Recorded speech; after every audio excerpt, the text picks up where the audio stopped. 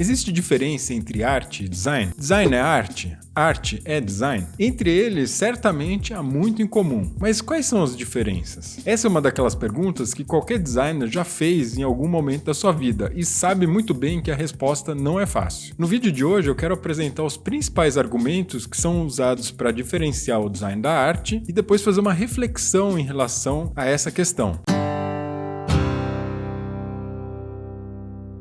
Então, para se fazer uma comparação entre arte e design, em primeiro lugar, a gente deveria primeiro definir o que é arte e o que é design. E muitas vezes não acontece. Por quê? O assunto é muito complexo. Tanto para arte quanto para design, a gente não tem uma definição clara e muitas vezes não há um consenso entre o que é um e o que é o outro. E por isso que é difícil definir também quais são os limites. O problema fundamental é que não há consenso sobre isso. Então, o primeiro argumento que geralmente é usado para fazer essa diferenciação é o argumento da significação. Nesse tipo de argumento, o que geralmente aparece diferenciando o design da arte é que o design tem uma significação muito mais óbvia e clara e a arte não. Uma obra de arte expressionista ou renascentista, enfim, ela seria muito mais difícil de entender do ponto de vista da significação do que qualquer tipo de trabalho de design. Mas será mesmo? Ao meu ver, esse tipo de argumentação é o mais fraco de todos. Em primeiro lugar, existem obras de arte que são bastante claras no que elas querem dizer. E por outro lado, existem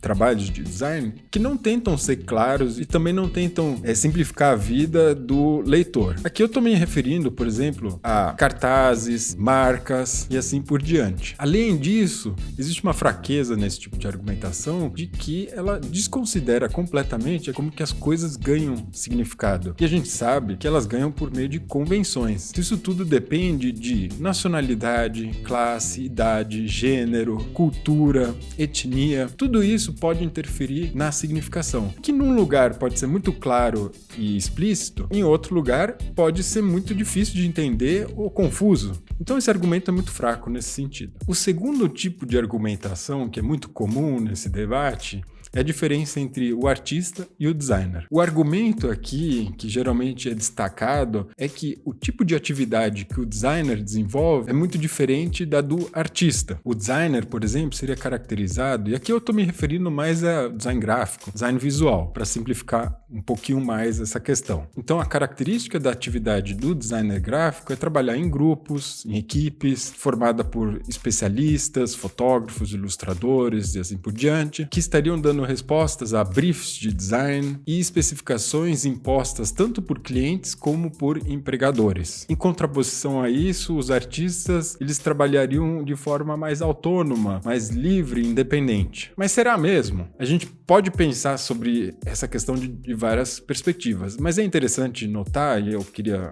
ressaltar isso nesse vídeo aqui, no Renascimento, por exemplo, já havia exemplos de artistas que trabalhavam dentro dessas mesmas condições que a gente considera hoje que são condições do design. Ou seja, com clientes que impunham, de certa maneira, como deveria ser o resultado final do trabalho artístico. Impondo, por exemplo, o tamanho, as cores que deveriam ser usadas, o lugar em que o trabalho deveria ser colocado, além de impor um prazo para a entrega do trabalho. E agora a gente chega no terceiro tipo de argumentação que vai trabalhar com a questão da expressividade e da individualidade. E nessa argumentação, a diferenciação entre o design e a arte estaria na questão de que o artista é livre para expressar sua individualidade, enquanto o designer não. Nesse sentido, o artista ele seria livre para expressar suas emoções, seus pensamentos, suas ideias, seus sentimentos, e o designer ele não poderia fazer isso porque ele sempre estaria preso a uma forma de objetividade. Mas isso nem sempre é o caso, tanto para o design quanto para a arte. A primeira questão que a gente precisa colocar aqui é realmente possível se expressar de forma individual, livremente? Será que sentimentos, pensamentos, ideias, emoções encontram em cores, texturas, formas seus equivalentes diretos? Ou será que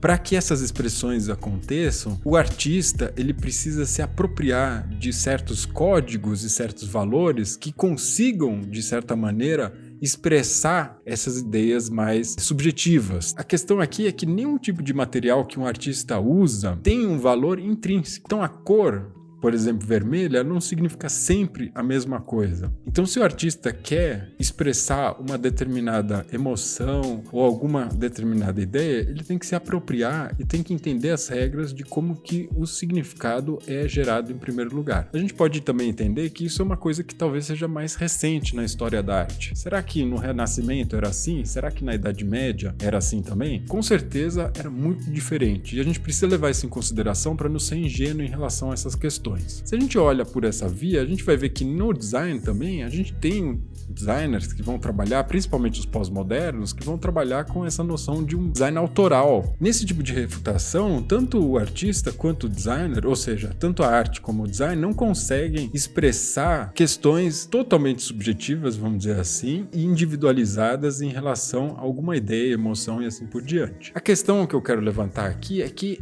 de novo, não existe uma diferenciação tão grande assim, a gente não consegue cortar ali e dizer isso é o que diferencia o design da arte, porque em certos momentos vale, mas talvez em outros não. E aí a gente chega num quarto tipo de argumentação que é muito comum, tem a ver com a relevância cultural. Então, nesse tipo de argumentação, geralmente aparece a ideia de que a arte é mais relevante culturalmente do que o design. A arte, então, é percebida como tendo um valor mais durável e o design um valor mais efêmero. Então, pinturas a óleo, esculturas, construções arquitetônicas teriam um valor cultural maior do que embalagens, logotipos, revistas, livros e até mesmo sites. Mas aí, de novo, é um argumento que a gente precisa tomar um pouco de cuidado, porque se a gente for ver bem na história, a gente vai ver que, sim, isso certamente vale para algumas obras artísticas, mas a gente não pode esquecer que muitos trabalhos de design vão ter uma relevância cultural igualmente grande. E aí, finalmente, a gente chega no quinto tipo de argumentação que é usado para fazer essa diferenciação, que tem a ver com a função.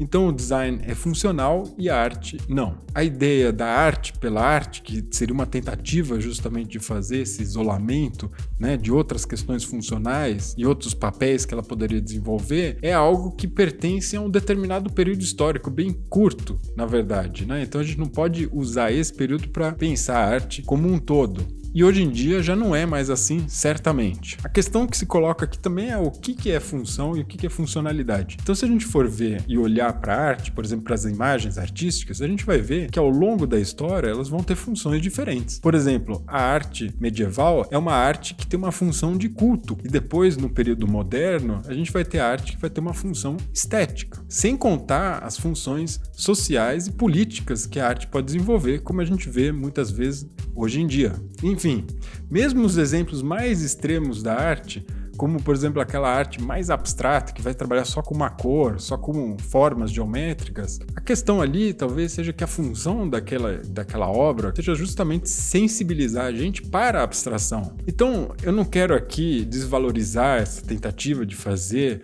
essa diferenciação. A única questão é que eu quis dar um distanciamento crítico aqui para a gente relativizar um pouco e não cair já numa aceitação imediata de que é isso. Eu estou aqui para confundir, eu não estou aqui para explicar. Né? Então, muitas vezes, a gente falta um pouquinho, talvez, esse senso crítico em relação a essas questões e sempre entender que, no final das contas, o que define uma coisa como uma coisa e outra coisa como uma outra coisa são realmente as instituições, as convenções culturais e fatores históricos. Então, o que vale em um determinado momento não vale no outro. Então, se você gostou desse vídeo, se interessa por reflexões sobre design, comunicação e cultura, eu sugiro que você se inscreva nesse canal, que você dê um like, se possível, para fazer com que esse vídeo suba e que outras pessoas possam vê-lo também. Por hoje é só e a gente se vê na próxima semana.